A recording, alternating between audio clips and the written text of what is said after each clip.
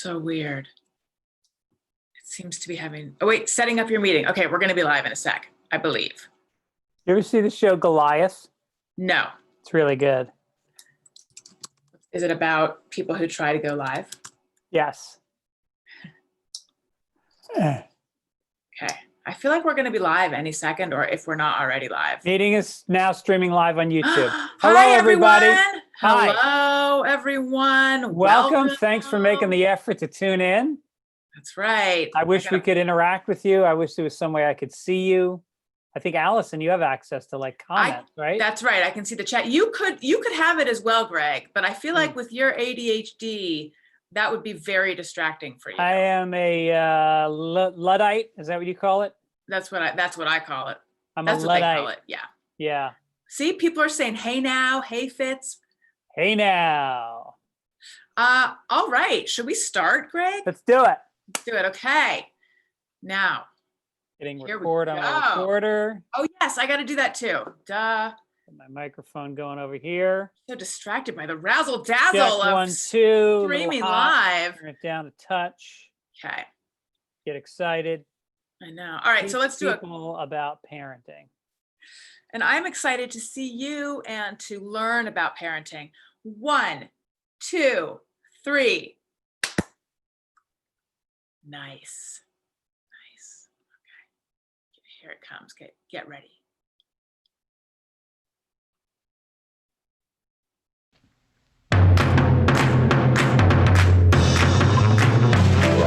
Childish, oh shit. Last time I checked, I was still a kid. Childish, childish. This all freaks me out a bit. Childish, oh shit. How can I parent when I'm still a kid? Childish, oh shit. Who the hell decided I was ready for this? Childish, oh shit. This is like a job that I cannot quit. Childish, oh shit. Maybe I should have gotten fixed. That is perhaps the best theme song of a podcast out there. I'm Greg Fitzsimmons. I'm Allison Rosen. And we are Childish. Last time we checked. I feel like we're still childish. Yes. But getting more mature daily. I don't know if everyone knows that you and your daughter wrote those lyrics. That's right. So it is really an homage to the relationship between parents and children. How beautiful is that? And also, we are streaming live, youtube.com/Allison Rosen. And I try not to look at the chat room too much while we're recording because it's distracting. But I just peeked in there. And one of our listeners says, her children are in the room. Please try to keep the swearing to a minimum. I don't think we can do that. I don't think we can do that. I would take the children out to the garage and give them some wood and some tools and see what happens. I would take them out there and play WTF with Mark Maron. There you go. You see the jersey I'm wearing today? I love it. It's a Grapefruit Simmons jersey. It is handmade by a listener who works for a company that makes real NHL jerseys. And it's like a legitimate like jersey. And I love it. So cool. It's fashionably oversized. A little bit. Well, you're supposed to have padding on underneath. It's a hockey jersey. Yeah. I love it. That is awesome. Yeah. So what's going on with you? Well, I actually wanted to ask you something, which is, I'm curious what your relationship with your grandparents was like. Daniel's mom was here for the last week. She just left yesterday. And Elliot is so bonded with her. Like when there was a knock at the door and I said, it's grandma, he like levitated to the door. He was so excited, he like skipped and hopped and was like, grandma. And then was just really. Well, that's the first time that he's seen her in how long? She was here about a month ago. Okay. Yeah. But I mean, but he's seen like 0 people in between, really. Right.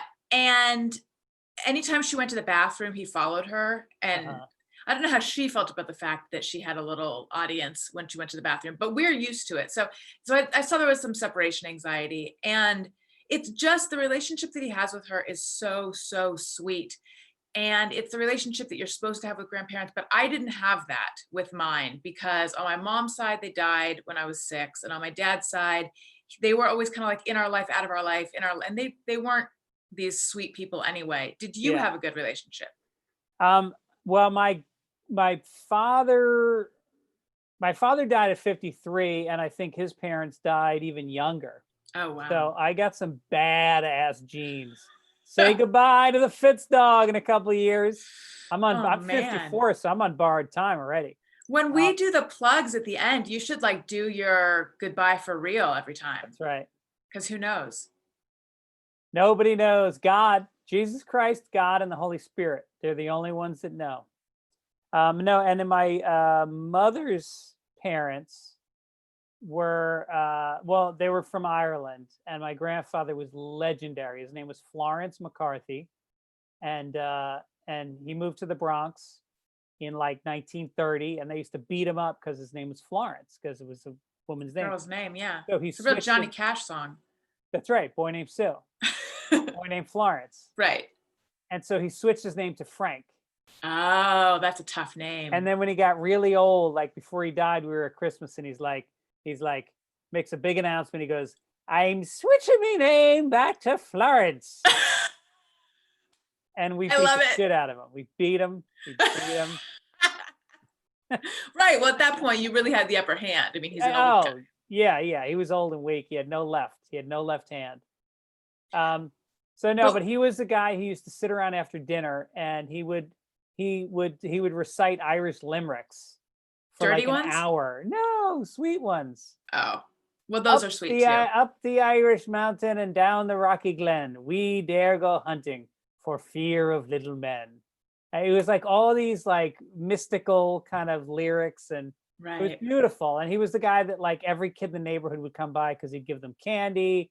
And he had the greatest laugh, and he had nicknames for everybody. He was just the sweetest old Irish guy. Did he have one for you? I don't remember. I was probably 13 when he died, and something red. I was a redhead. He called me something red. I can't remember what it was.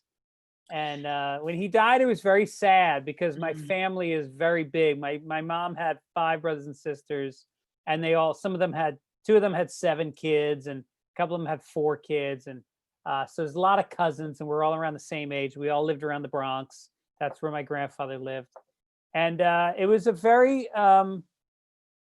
it felt very climactic. It felt like this is the end of an era when he died. And, a lot of my aunts can still recite the limericks, but the cousins can't. So I feel like there's a part of, they know all the Irish songs, and it was really beautiful. So he was very impactful, I would say, in my life.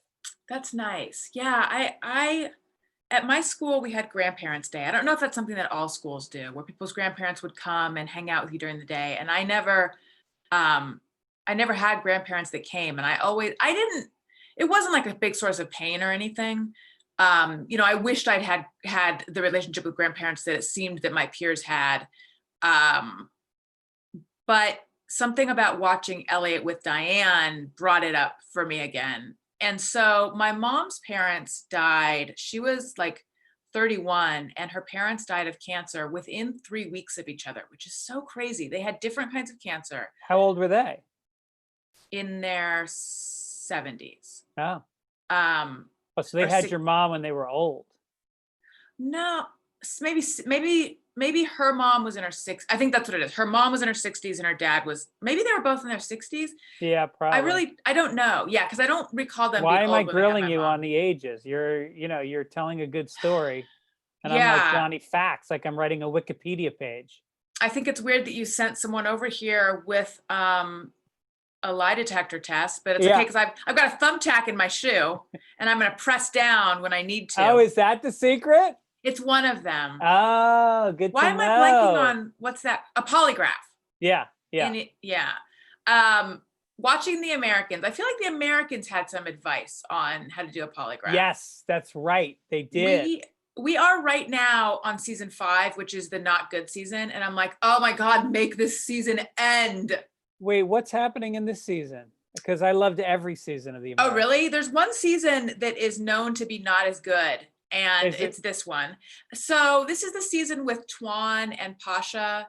Like, some of the characters we knew and loved are not really there anymore. And then Yeah. now there's these new characters, and the wheat and the bugs. Oh yeah, where they're traveling out to Kansas to see the Yes. yeah. It's just nuts. Yeah, it was Any, weird. Yeah. anyway, though, I can pass this with flying colors. I don't know. They died at young grandparent age, within 3 weeks of each other. And it was like a huge upheaval for my family. And I was too young to really process it, but all of a sudden my mom was, in mourning. And I think also maybe it brought up a little, I don't know if I'm like mourning the relationship with grandparents I didn't have, or if actually some mourning from when I was 6 is like bubbling back up, which seems weird, but I feel like maybe it is. It's a weird time, Yeah. Greg. Quarantine is a weird time for mental health. It is. Little things can set you off because Yeah. and I'm not a big dreamer. I'm having these deep, rich dreams every night. They're really like adventures. And I think, yeah, because I think we're pushing so much down. But it's Mhm. got to come out somewhere. So it comes out in weird emotional spots. How are the kids dealing with their emotions? Elliot is, have you heard the term three-nager? He's a real No. three-nager right Uh-huh. now. I feel like this is really a preview of what it might be like when he's a teenager. Yeah. He is fighting us on everything. And I think I've talked about this before. Like oftentimes it's just easier to give in to what he wants Uh-huh. and it's usually like another minute of this, or I wanted to close the door. Yeah. And you can't say to him, honey, I'm sorry, I closed the door, because then it's like this thing where he's like, it's like a car that won't start that's crying. Yeah. And so that is wearing on Daniel and me. Maybe I feel like maybe a little bit more, because I have trouble not feeling the emotions that, like, I sort of feel his emotions a bit. Owen is great. Owen is he's just like a happy little dude who has more personality each and every day. And I think that's hard for Elliot too. I think Right. because all of a sudden, instead of just talking about how great and cute and wonderful and all the things Elliot's doing, it's like, oh, Owen said this word and Owen's doing this. And how are your kids? Well, Owen's off of college now. He left a week ago today. Wait, did I know that he was? No, he wasn't going to go away. Oh, he decided recently. He's like, you know what? I'm in college. He's living in LA. He's got his own car. He's living in our guest house in the back in his own apartment. He's got buddies that are home. He's got a job that he loves. So he's like, I'm staying in LA. But then after a while, he was like, I feel like a loser. I feel like I'm supposed to be at college. My friends are here and they're telling me they're having a blast. So there's no in-person classes, but he's gone back and he's living in an apartment with 5 other guys, but they're all super safe. They just like stay home. They play poker. They chill, they cook. And so he's doing good. I think he feels really good. He feels a little tentative because it's a lot more responsibility when you're living in the dorm and they're making your meals for you, and right. It's just all so simple. And now it's like navigating being an adult a little bit more. So I think it's really good for him. And then JoJo is doing amazing. She's just like in a groove. She's doing her classes online, because last spring they didn't stream, like they didn't Zoom the classes. They just gave you assignments and then you had to hand them in and shit. And so this is much better. She's doing it. And then she's got a job 5 days a week. She works at a daycare center. So she finishes school, jumps in the car, goes off, and hangs out with the little babies, which she loves. Aww. Then she comes home and she's in a great mood and she feels like she's got a life. That's good. Does she miss pre-quarantine? Does she talk about it? Nope, doesn't miss it. Really? Likes being alone. How do you feel? I relate to her. Even though I do miss the way things were, how do you feel about Owen leaving? I was sad. We drove to the airport and I was sad. I love having that motherfucker around. He's just fun. He makes me work out. We play golf. We play paddle tennis. He's hyper, so he never sits still. And so when he's around the house, it just infuses energy into it. I think that's nice that you I don't know how much control you have when they're over 18, but like you could have said, am I correct that you could have said to him, you know what, Owen, I don't want to pay for you to live in the dorm and do remote learning when you can do the exact same thing from here. So we're going to keep you home. You could have said that, right? Yeah, I guess we could have, but the truth is we're paying for school anyway. It's $500 a month for his Oh, room. yeah. And so I didn't feel like financially it was a big deal. And I did see his point of wanting to just be in Chicago, Right. I want him to grow. I want him to feel confident, independent. So no, I was all for it. For sure. Yeah, I'm not saying you should have done that. I'm just saying I could imagine parents out there who would. Yeah, you could definitely, like, if you're Iranian or Persian of any type, I think you're gonna make the call for your kid on that one. That's a different culture. That's a different culture. You do what your parents say.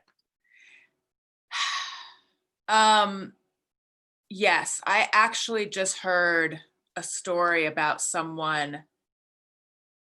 I'm so uncomfortable, and I bet you are too. And yet I'm gonna someone Armenian who was telling their baby boy, boys don't cry. Yeah. Like their baby though.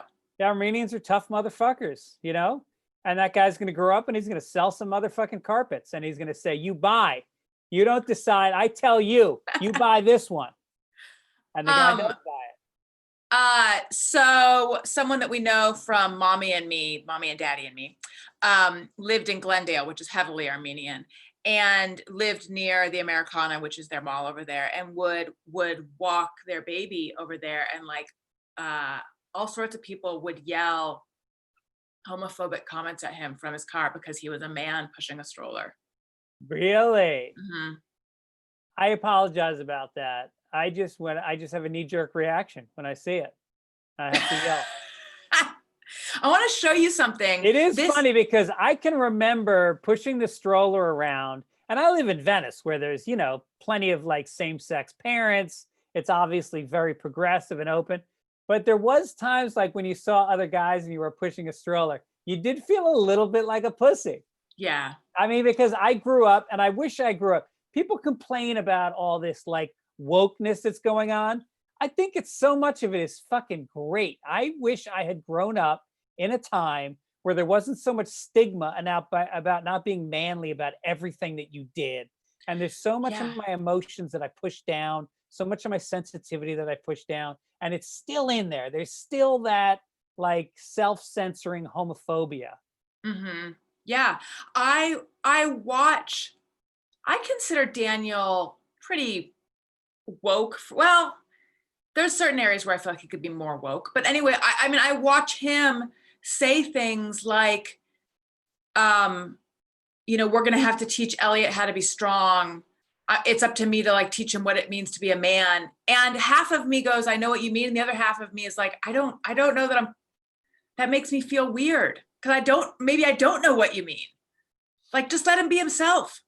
That is a tough call. That's a tough call, but I think your role is to make sure he doesn't overdo it, but his role is to do it. He's got to do it. He's got to make them men in whatever version of manhood he sees fit. Right. It's not necessarily mean that they can't cry. Like, I think I raised Owen to be a man by letting him take chances, and we built go-karts and we rode him down dangerous hills, and we put him in Taekwondo and let him get his ass kicked because it was a really tough school. And I think that there were things I did that made him a man, but then I also very much encouraged sharing emotions, crying. We write each other effusive letters and birthday cards that are very loving. And I think it's whatever your version of it is, but I think a man and a woman parent in different ways. And I think that, it's his job to make sure that that your boys are strong. Elliot will say, he does the thing I talked about before where he just like moans and cries and stops using words. But then afterwards he'll say, Mommy, I was frustrated. Oh, or wow. he'll actually That's amazing. attach. Yeah. And we pat ourselves on the back about that. I feel like that's really good. Like, I Yeah. feel like that's really, really good that he's attaching words to his emotions and he's sort of starting to learn the different words for emotions. So anyway, I have a treat for the viewers of this and for you. Oh. You'll have to just describe it. Look, this thing, what do you think this is that I'm holding up? It looks like you cut somebody's ponytail off. This, I know it looks like a souvenir. Elliot got a haircut. Nice. This was his hair. I'm holding up like a big, his ponytail from before. And that is something that we had talked about on here because Daniel and I did not agree on what we wanted his hair to be, but we compromised, and all three of us, Elliot and Daniel and I, are very happy with his not super short, but manageable length hair now. Yeah, so, looks beautiful. You got to see it earlier. And also this little plug of hair is leaving bits of hair all over my studio table. And I am a very, very messy person with tiny ribbons of OCD running through me, and it is making me crazy. Yeah. Yeah. But that is okay.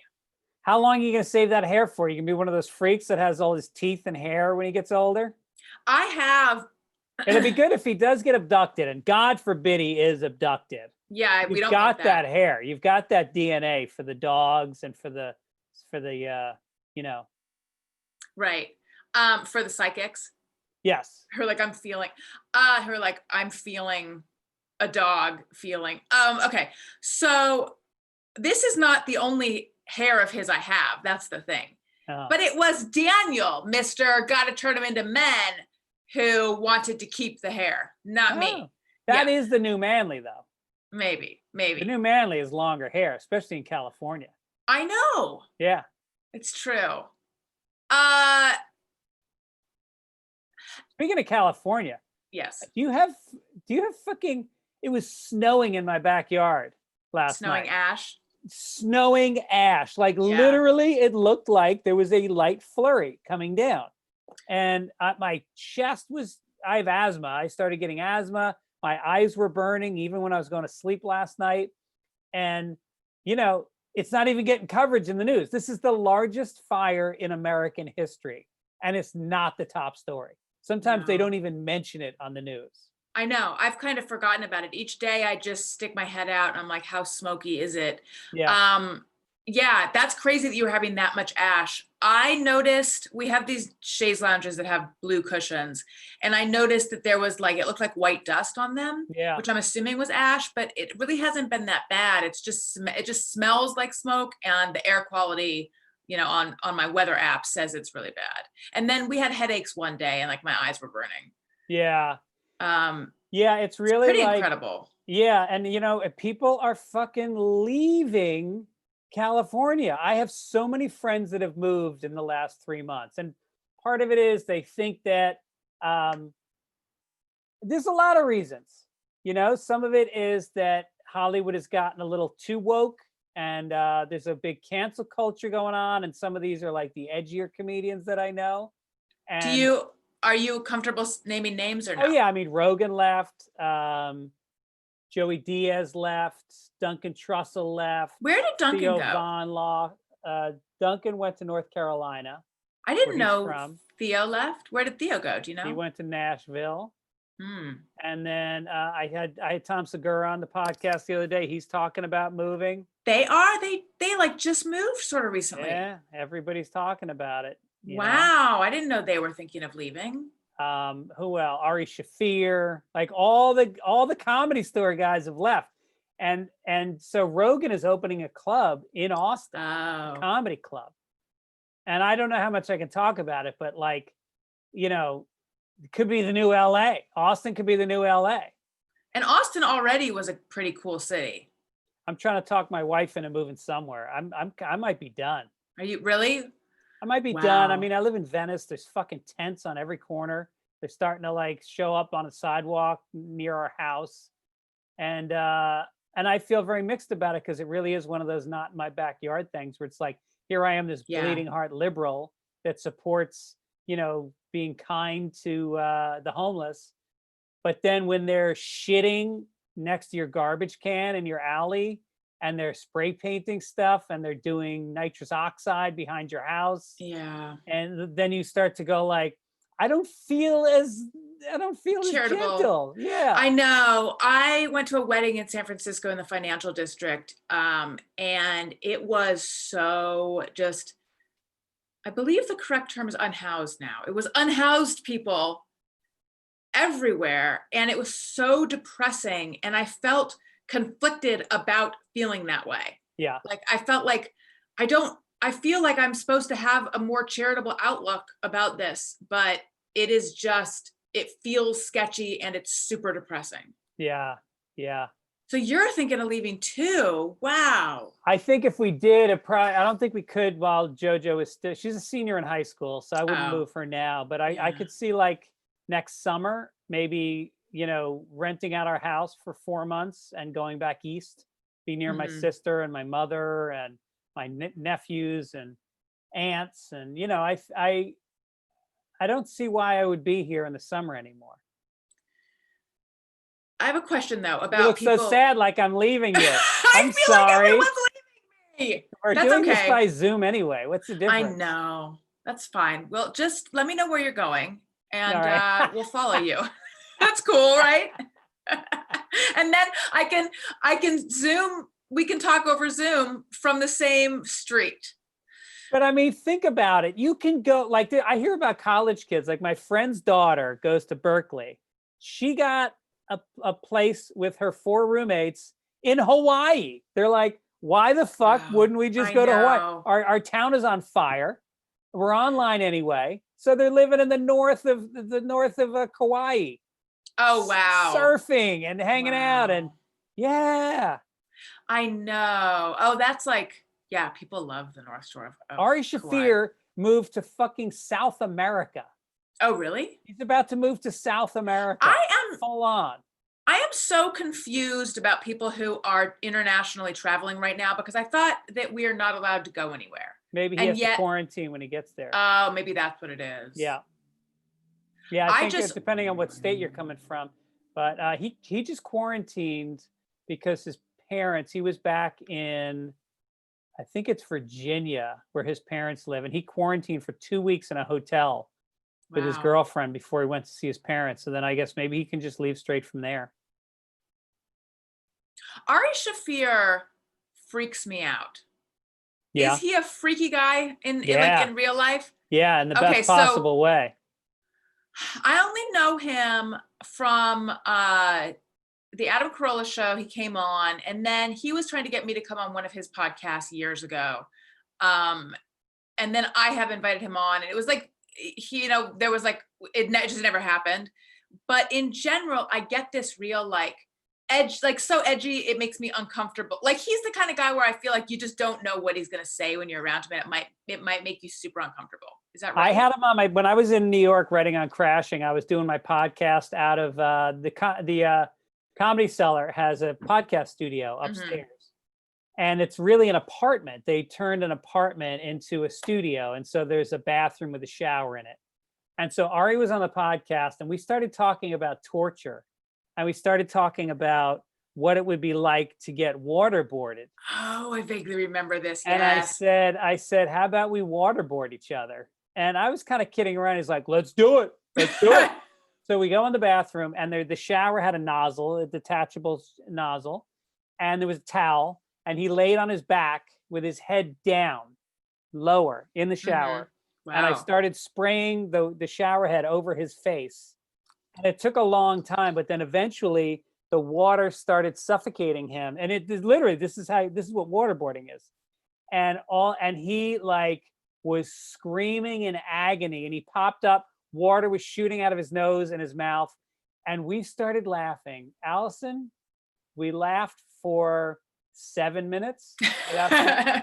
And that was on the podcast.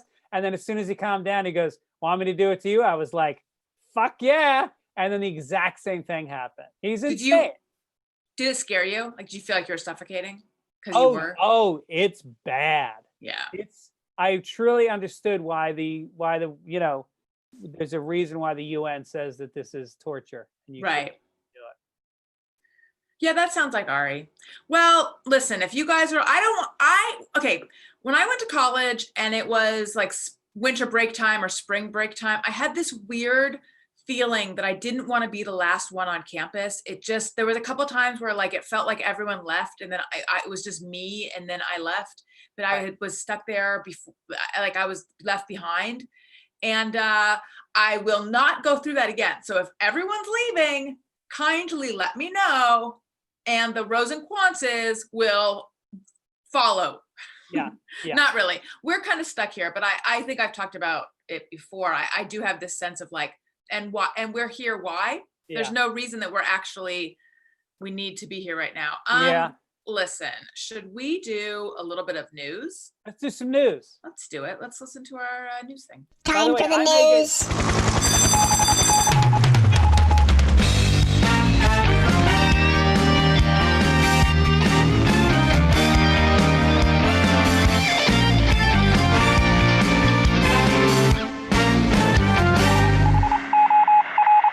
You were starting to say something. I may start to get darker and darker because I'm using natural light for this podcast and the sun is beginning to go down over the next hour. So let's just let that happen. And then I will be almost in the dark at the end of the podcast. Wonderful. I don't know how well you remember the book Goodnight Moon. It's probably been a real long time since you read it though. Oh my God. That is the most hypnotic book to put a child to bed with. Good night, mouse. Good night, house. And you just keep reading it slower and slower. And it gets a little bit darker on each page. Yeah. So this is Good Night, Greg. Just Good Night, Greg. Good night, Jimi Hendrix. That's right. Good night, Bruce Springsteen. You have a story, yes? Yeah, I mean, this one is a little bit heavy, but I think it might be a good thing to be aware of as a parent. The death of a family pet. This is from the University of somewhere. So this is the kind of University of Bummers. The death of a family pet can trigger a sense of grief in children that is profound and prolonged, and can potentially lead to subsequent mental health issues. According to researchers at Massachusetts General Hospital. The team found that the strong emotional attachment of youngsters to pets might result in distress, depression, for as long as 3 years or more after the loss of a beloved pet. So I guess my point in bringing this up, even though it's a bummer, is that, it really is smart to get a puppy or a kitten if you're going to get something for a young child. Don't rescue a dying animal because it might be really hard on them. It's tough. I remember we got pets and I remember my parents saying that they thought it was a good way to teach us about death, which is so dark.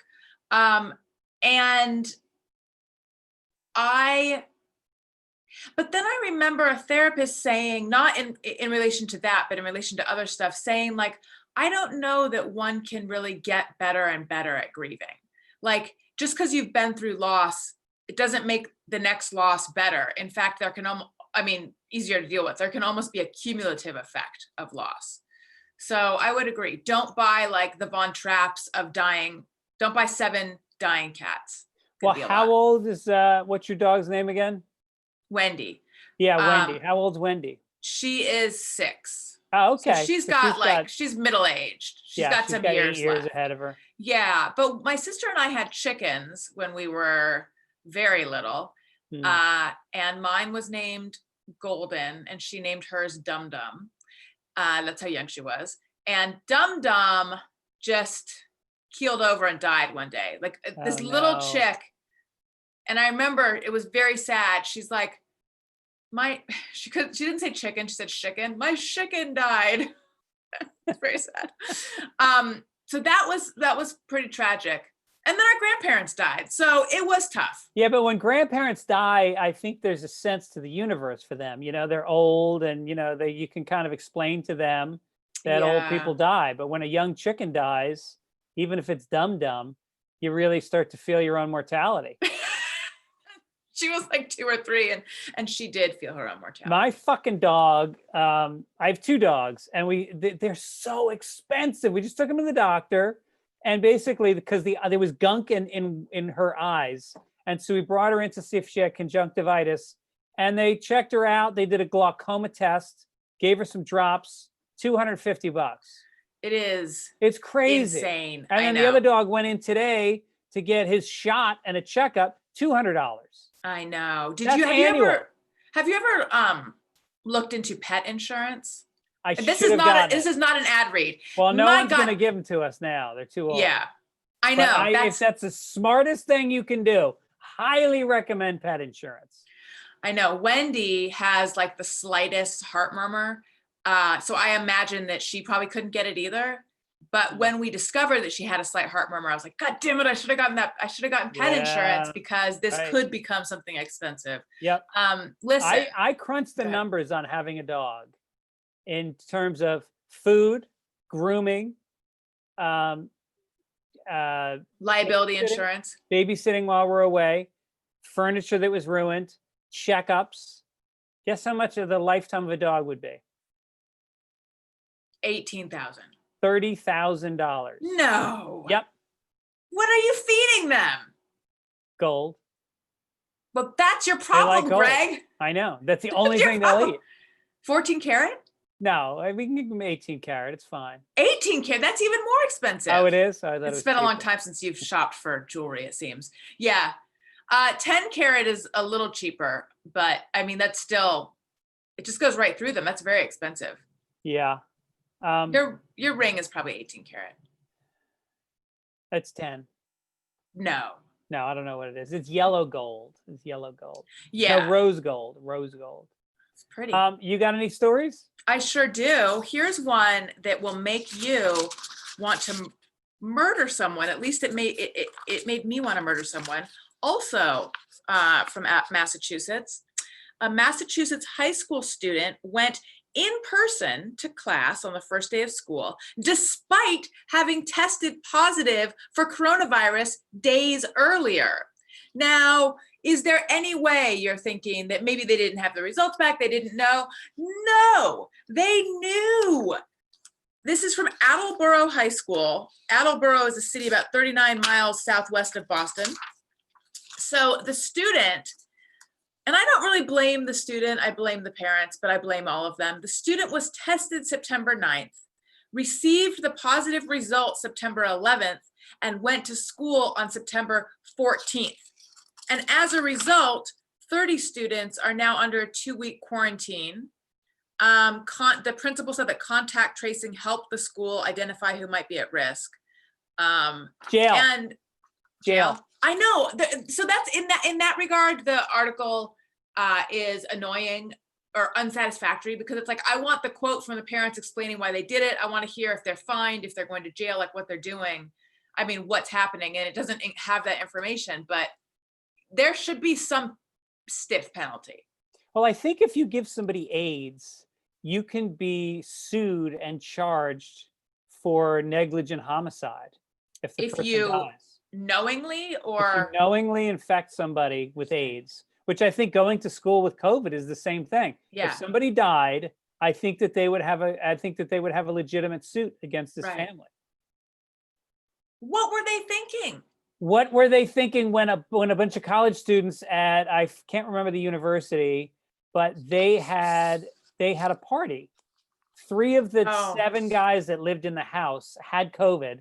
And so they had a party, and the cops showed up and they said, "What are you doing?" And they said, "We're having a party." They said, "But there's a quarantine." "Well, we have COVID, but that's why we're staying home." "Yeah, but what about the 50 people that are here?" "Well, we're home." I mean, jail for that kind of stupidity. So frustrating. It is so frustrating. Do you think, okay, here's where we get on a high horse. Do you think people are getting more stupid? Or do you think we're just aware of how stupid many people are? No, people have always been stupid. We're more aware of it. But I think that there is stupid grows. It's contagious. Yes. I think that when people start making a movement out of stupidity, when they actually make a movement out of not wearing masks, that's where you go like, this is stupid, morphing into some kind of collective Death cult. it's like a suicide cult. It's And it's not just suicide. They're killing other people too. Yeah. It's a suicide murder cult. Yeah. This is actually a news story, but it's not one that I brought in to do as news. Just a conversation topic. Scientific American magazine came out in support of Biden, and they said that they haven't weighed in their 125 years. Yeah. And I saw some of the responses to that tweet, because to me, it's like, that's how dire it is. That's how dire they feel it is that people vote Trump out, that they are making a political statement. And these are scientists. But then the response from people who are pro-Trump is, you can't trust the media. Look, even science is politicized. And it's like, how do you argue with that? That's what I've been thinking lately. How do you argue with, like, if I believed what they believe, which is the left is trying to create chaos, destroy our way of life. It's all the things that, people believed about what the Jews were doing in the ramp up to World War II. If you believed that, no, it's right out of the fascist playbook. Yeah, yes. You marginalize the other side. You you paint them as attacking the status quo, and then you paint yourselves as nationalists. Right. We're protecting the country. We have pride. We're patriotic, and they're not. That always is a better narrative. It's always an easier narrative to wrap yourself in the flag and say we're protecting our values, and they're attacking them. Right. And the only way to stay safe and to stay to have money and to have your way of life and to protect your children is to vote for this idiot. That's what they believe. We don't normally get this political, but it's very frustrating. We have so much to talk about. We have highs and lows we haven't done yet. I believe. Oh my gosh! Let's start with the highs. Okay, hang on, because we got to hear something, and then we can hear your high. Okay. Lows. High.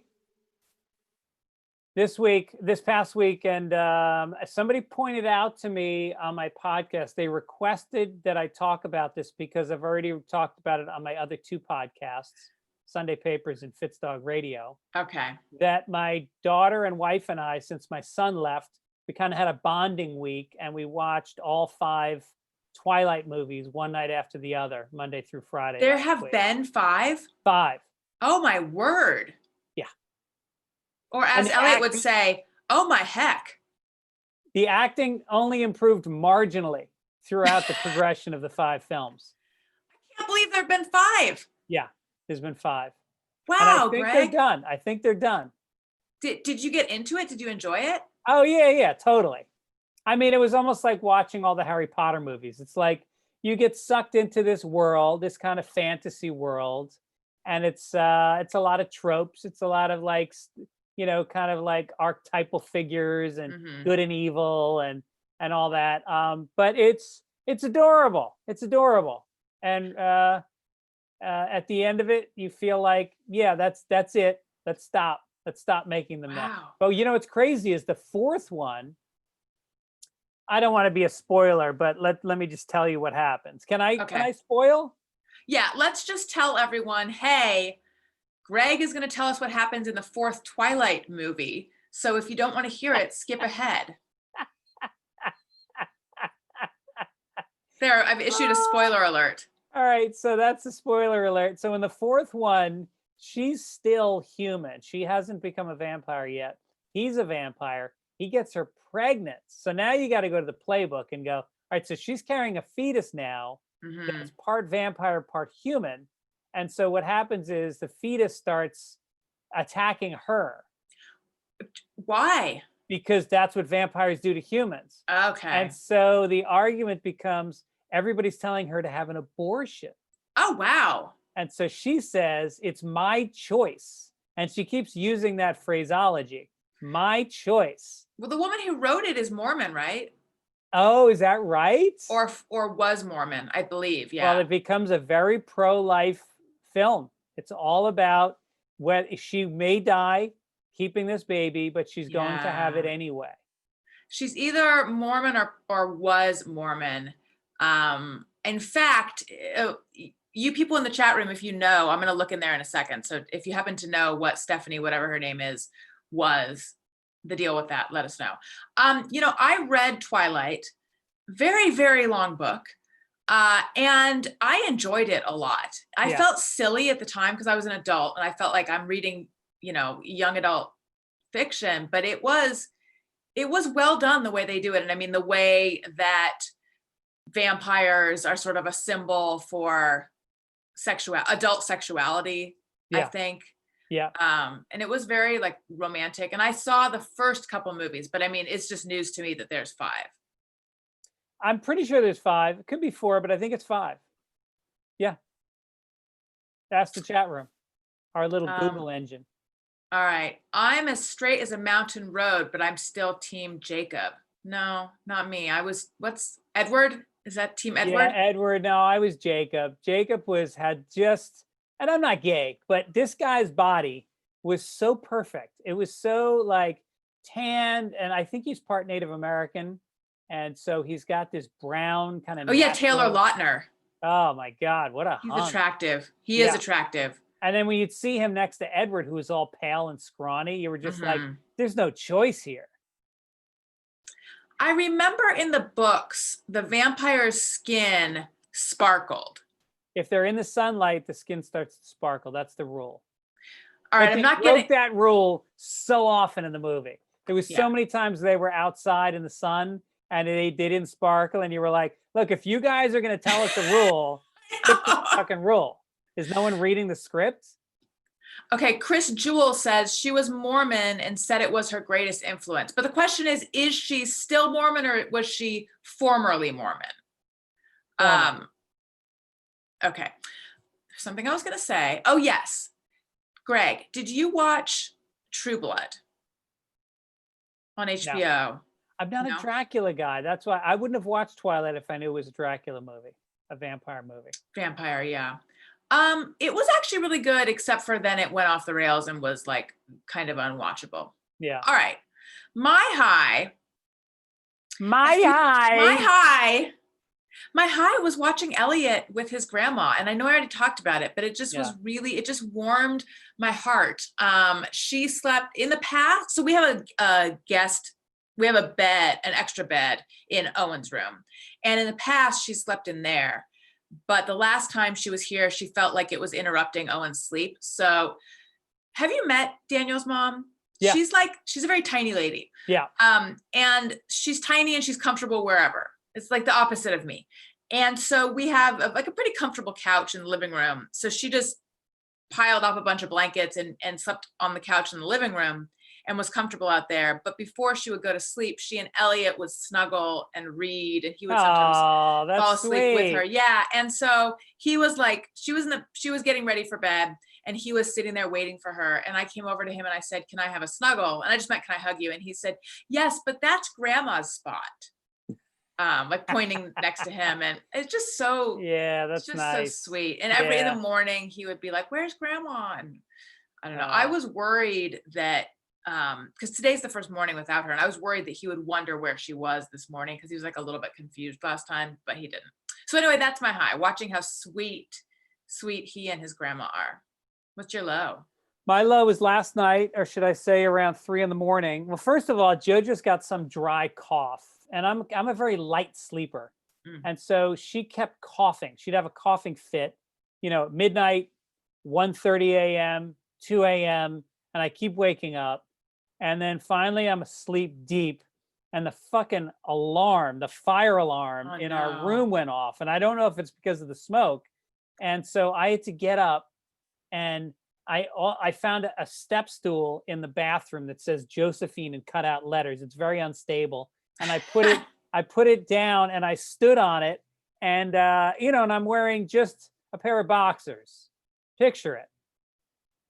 Tippy toe on a footstool, reaching up and grabbing this thing, and one of the leg falls off, Oh, and I go no. tumbling to the ground. Meanwhile, Oh no. all you're trying to do is go like, all right, when you're asleep and you have to get up, and you know this as a mother with young kids, there's a part of you that goes, let me accomplish the mission And then go back without to sleep. fully waking up. Yes. There's a part of you that tries to maintain sleep. Yes.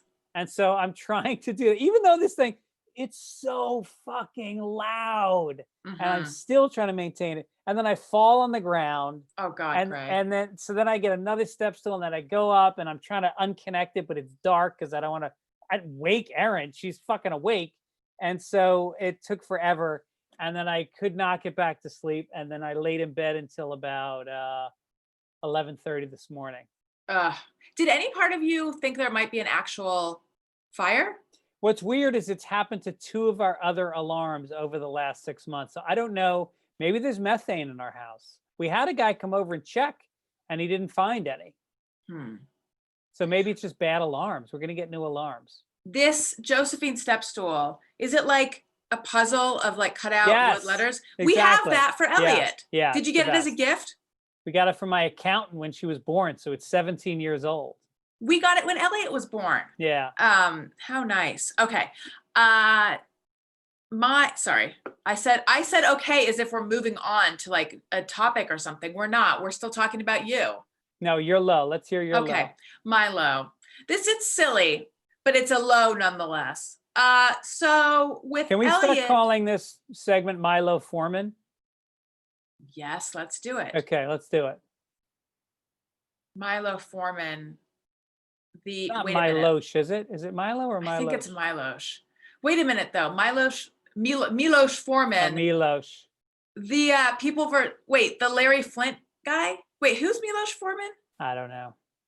I feel like he's related to the People versus Larry Flint. Okay. Chat room, get on that, please. Get on it, chat room. I Get love on the it. chat room. Any Get on answers? Have you gone back and seen how many Twilight movies there were? Oh yeah, and also let us know. They're still talking about True Blood. Come on, you guys. We've moved on. Who's Milosh Forman? And then also, do you know how many Twilight movies there were? Oh, okay. Stephanie, what's her name, who wrote Twilight, attended Brigham Young.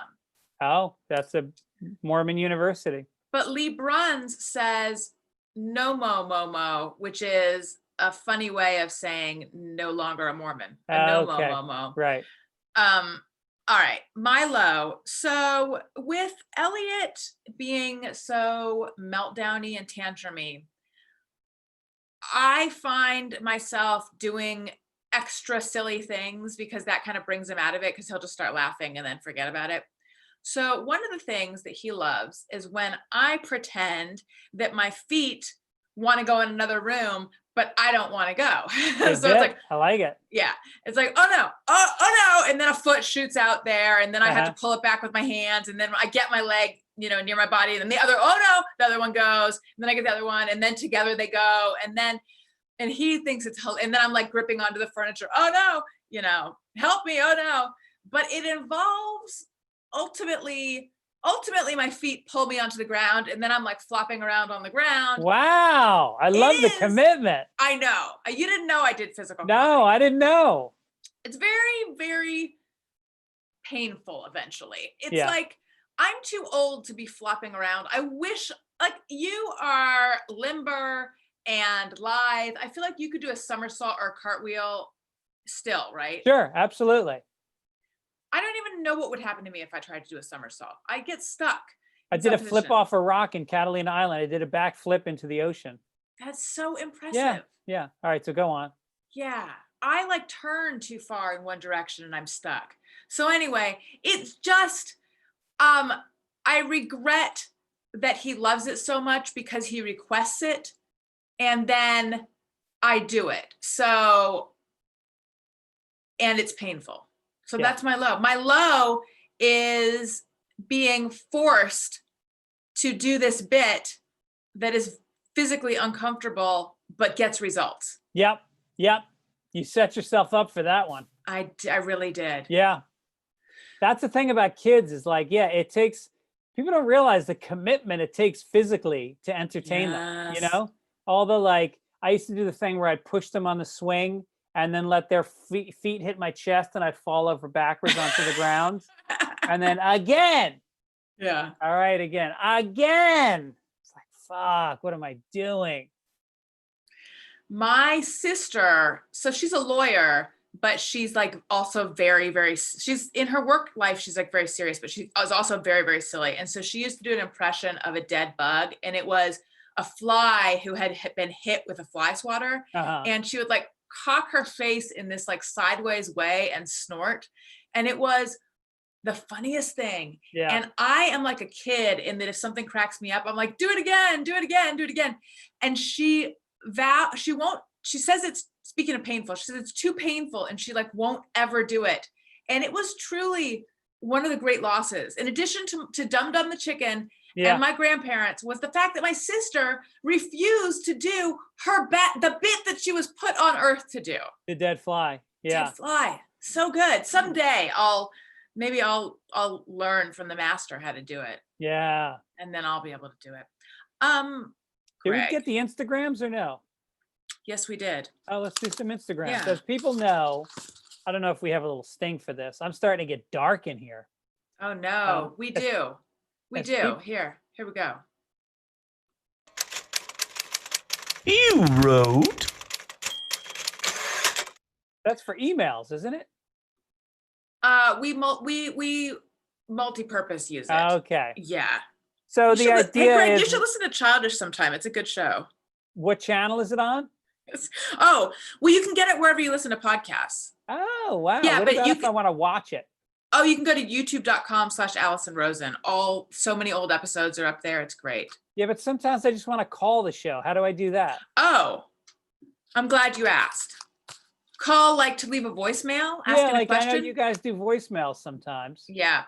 The number is 805-317-4243. And if you missed that, all of our contact info is at childishpod.com. We have a website? We have a website, childishpod.com. And if they want to email us, childishpod@gmail.com. So the Instagram deal is we put out a question to you people on Instagram, and then Every you Friday, yeah. you give us answers, and then we read. That's right. And so we wanted to know, have you ever fired a gun? And this, the question is related to something on the show, because Greg went shooting with his manly man of a nephew and discovered that he's not the sharpshooter he thought he was. Right? That I'm not the sharpshooter. That's what you discovered, right? Right. But your wife is good. Okay. She's real good, and my daughter was real good. So if a home invasion happens, I'm going to give them the gun. All right. So we asked. R. Stobe says, yes, I own one, but rarely use it. Just sits in a safe. Lizette M.E. says, yes, I find it important to have that knowledge and ease around firearms. Alyssa Van Dyke says, oh, wait, no, that was a response to someone. Yes. She said, okay, so someone said they're like afraid of even the sound of biscuits popping, so they wouldn't do it. I get scared popping open biscuits too, but shooting guns isn't scary for some reason. She says, yes, I have often, but I'm also in the military. If you have military questions, please ask me. Yeah. Ursularis says, no, but I want to, just to know what it feels like. I have no plans of owning one. There's kind of an intense like back kick, right? Kickback. It's pretty strong. I mean, especially with the 45. He had a 45 and then he had I forget the other one, but 45 really, you hold on with two hands, and it definitely, you get a little pushback. Yeah. The Tidy Anarchist. Yeah. Is that like a Marie Kondo who's also into anarchy? Like what's going on with Tidy Anarchist? Yes. And our daughter got a junior rifle last Christmas. Guns can be fun if you're safe. Dory, no, thank you. Exercise with Laura, absolutely. And then there also were some people who just said no or yes. But so it seems like it's like very an mixed. array. I mean, this country, although I would say something like 70% of the country believes that there needs to be tighter restrictions on gun purchases, background checks, etc. So we'll see if politicians respond to their constituents, and we start to see legislation that matches the will of the people. instead of the will of lobbyists. Feel like we won't, but I would like to. Would you Very like to hear- political, childish today. I My know what's going God. on. We're talking about pro-life. We're talking about Trump getting reelected. Damn. If you want me to lighten the mood, I can make my feet walk into another room and Oh, drag that'd my be body. great. Will you do it? No. Oh no. I'd have to. I'll try to make a video of it or something. Okay. Okay. Let's do a voicemail. How about Okay. that? Let's do it.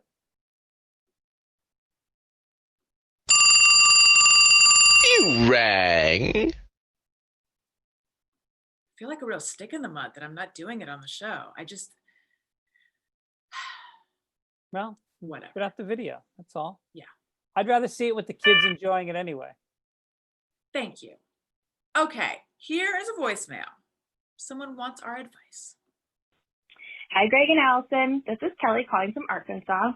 So your conversation about Elliot's hair on this week's episode prompted me to call and leave this message.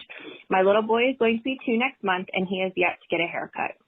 He has really cute little blonde curls, and I just hate the thought of cutting them off because I know he's going to look so much older, and I feel like his longer hair gives him some of his personality. We also do not feed him any meat, so I've been a vegetarian for over 22 years, and it's just really important to me that he be able to decide for himself when he's old enough to understand what meat is and where it comes from. So my dad has made a couple of comments recently about my son getting a haircut. It's all just passive-aggressive comments, like not directly to me, just made in the course of conversation. And when we visited a couple months ago, he even made a comment about how he hopes that we will feed meat to our baby girl that's due in a couple of months. So when he said that he hopes that this little girl will eat meat, I responded with, why? So she can grow up to have a big belly like you? Oh, Which admittedly shit. wasn't the most mature response, but it was all I had in the moment. You guys probably would have done better.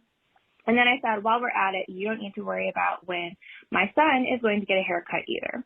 So since that happened, it's still really been bothering me. And last time I saw my parents, I wanted to sit down and have a conversation about it, but I didn't. So my question to you is, should I just let it go and assume that I said my piece and wait to see if there's another comment made? Or should I sit my parents down and have a mature discussion about why the comments are hurtful and how it's not their place to make these decisions for our kids? That's it. Love you guys. Love the show. Thanks for all the laughs. Bye. There you go. A Thank little you. lengthy, but we appreciate the call. I think she said it. She answered her own question. Should I do the mature thing? Yeah.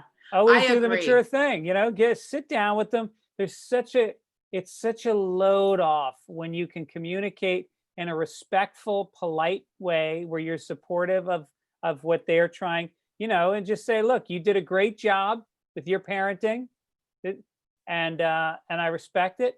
We made our choices that might be a little bit different, and we just asked that for the consistency of the children, that they get treated the way we treat them, and that when you talk to us about how we're raising them, you support our decisions. You may not agree with them. And I think if you do it in a gentle, loving way, it doesn't turn into a big issue where all of a sudden you don't want to go home for Christmas. Do you think she should acknowledge her dig at her dad? No, Like I think it was should- a good dig. I think it was a good Okay. dig. Yeah, I agree. I agree with Greg. You will feel better if you have a conversation with them. I do think there's certain people where you wouldn't be able to have that conversation and it's not going to go well. But I feel like if she suspected that her parents would get super weird or defensive, she would have included that in her question. Right. So yeah, I say give them the benefit of the doubt. Believe that you can have a conversation that will be productive and do it. Good. Let's do a couple emails. Let's do it. Now should we play the You Wrote? Yes. This is what Greg expects. Here we go. You wrote. All right. By the way, any answers yet from our YouTube listeners about how many Twilight movies there were? Oh, let me scroll up. I'm seeing a 4 and I'm seeing a 5. Get on the same page, Blaze and Rachel. Oh, sorry. Here we go. 4 books, 5 movies. Yeah, that's They right. squeezed an extra movie when they were out of the trilogy. The trilogy. What am I saying? The Out of the series when there were only 4 books? Well, they did that with Harry Potter because there were the last Harry Potter book was like 700 something pages. So I believe they did an extra, if there were 7 Harry Potter books, they did 8 movies or something. Wow. By the way, it's a great series that it's a TV series, not a movie. But there's these books called My Beautiful Friend or My Brilliant Friend. Elena Ferrante. Elena Ferrante, and HBO is doing this series. They've done 2 seasons so far, and there were 5 of those. So I'm curious how many seasons of the show they'll do. But was it the show good? Because I've heard those books are so good. The Neapolitan series, right? Yeah, That's what it's called? yeah. Well, look at you. You know a lot about them for somebody who didn't read them. They got a lot of press. Like they're heralded as really well done. Like some of the best depiction of female friendships is what I've read. Exactly. Which I can relate to. I feel like you're going to tell us a ghost story because it's so dark. It's getting dark. Yeah, it's getting dark. You should hold a flashlight under your chin and spook us.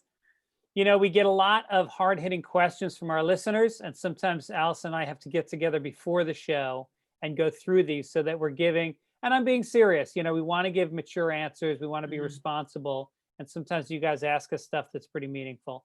So this one comes from Chris in Minneapolis. What's the minimum number of chugga-chuggas you need before the choo-choo? My 5-year-old, my 7-year-old, and I are on the team of 2 sets of 2. Chugga-chugga, chugga-chugga, choo-choo. My 9-year-old says minimum 5 sets of 2. What? English, that is, wow. English teacher friend says 4.5 sets. Clearly he's high. So I don't know. I think you have to mix it up because a train goes up hills and it goes down hills.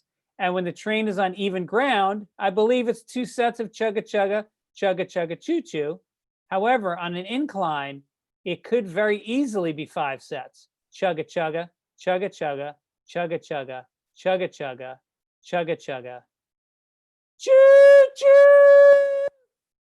That, I think you did 5 sets. Yep.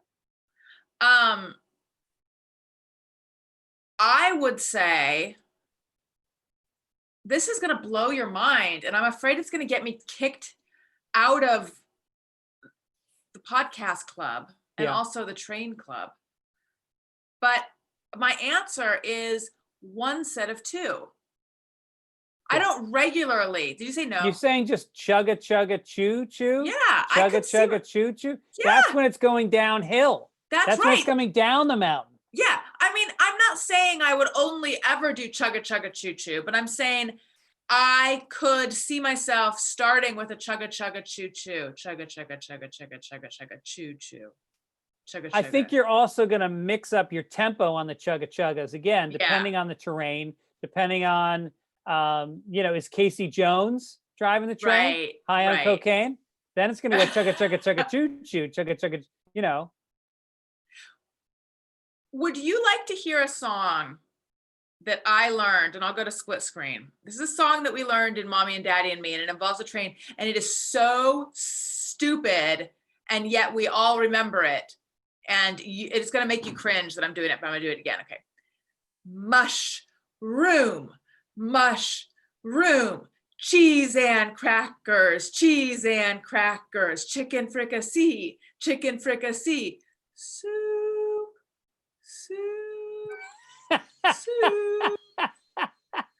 Should we cut that out? No, I'm getting hungry. That was amazing. If I was high right now, I would be on the ground laughing my ass off. Thank you. Now, some people, just to show there's debate in every corner, some people just do 2 soups, but I do 3. Yeah. I've seen Elliot do 2, and Elliot remembers that song word for word. All right. All right. Do we have another one? Or are we going to go out on that? Let's go out on that one. It was hard hitting. It was meaningful. And I think it's a message. It's emotional. It's emotional. Right. Yeah, I like it. So listen, if you guys are enjoying the podcast, please go to Apple Podcasts and leave us a review and some stars. We also love hearing from you. If you like to write us, we read everything. And who knows, it could end up on the air. and follow us on social media, Twitter and Instagram at Childish Pod everywhere. We love you guys so much.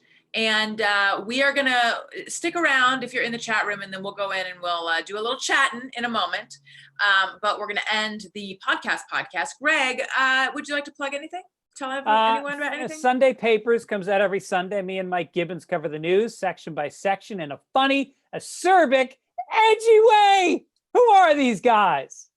And then Fitzdog Radio comes out on Tuesdays, which is just me talking to people like Judd Apatow and Zach Galifianakis and Nick Swartzen and Sarah Silverman and Brian Wilson from the Beach Boys, all kinds of people. When was Brian? Are you having Brian Wilson coming up, or No, I had him like a year and a half ago.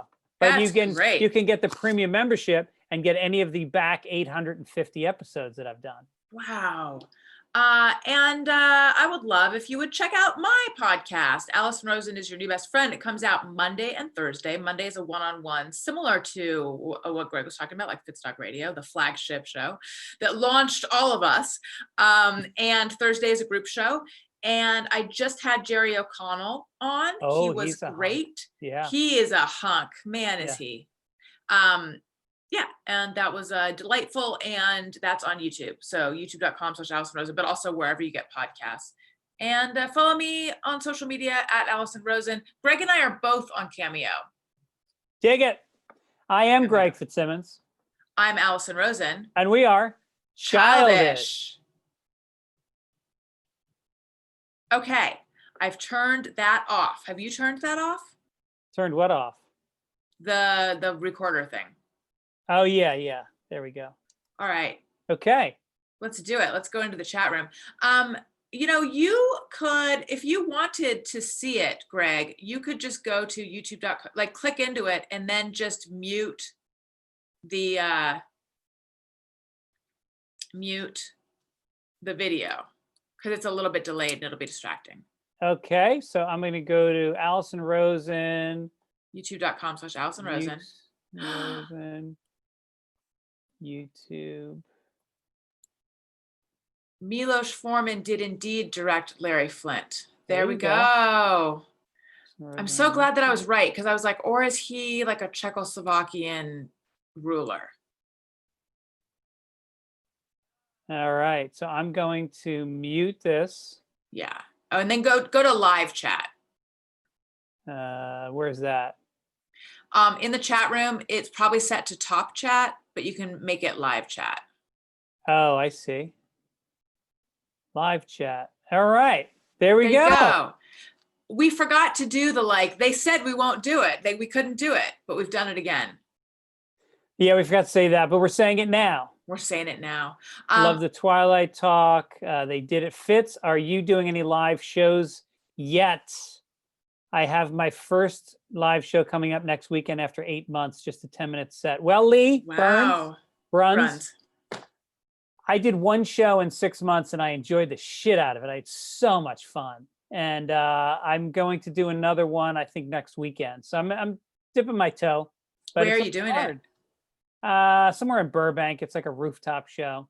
Oh, now do audiences come to that? Yeah, they space them out. They wear masks and they space them out. And it's not a lot of people.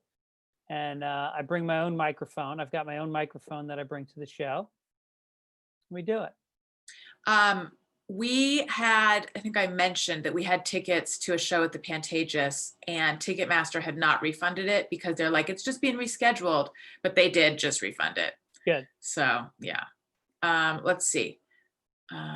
Okay, Lance says, I don't use Apple products. Is there another place to do a review that would provide almost as much support? YouTube. You know, yes, YouTube. Yeah. But also, if you listen on Spotify, do people do reviews on Spotify? No, right? I don't think so. No, but they definitely do on YouTube. And I didn't know that until recently. So I had to go back and read them all and try to respond to people. Wait, sorry, what did you just say? I didn't realize that YouTube had comments. Oh, so yes. I went back and I looked at some old episodes and I tried to get back to some people. Yes. Grapefruit Simmons, don't forget you could join the Dumb People Town gang for a live Zoom. I just did. I was on Dumb People Town this week. Oh, cool. Yeah, I like those Sklar's. the Sklar boys. Yeah. All there right. was- Anyone have any more questions for us? Because here we are in the flesh.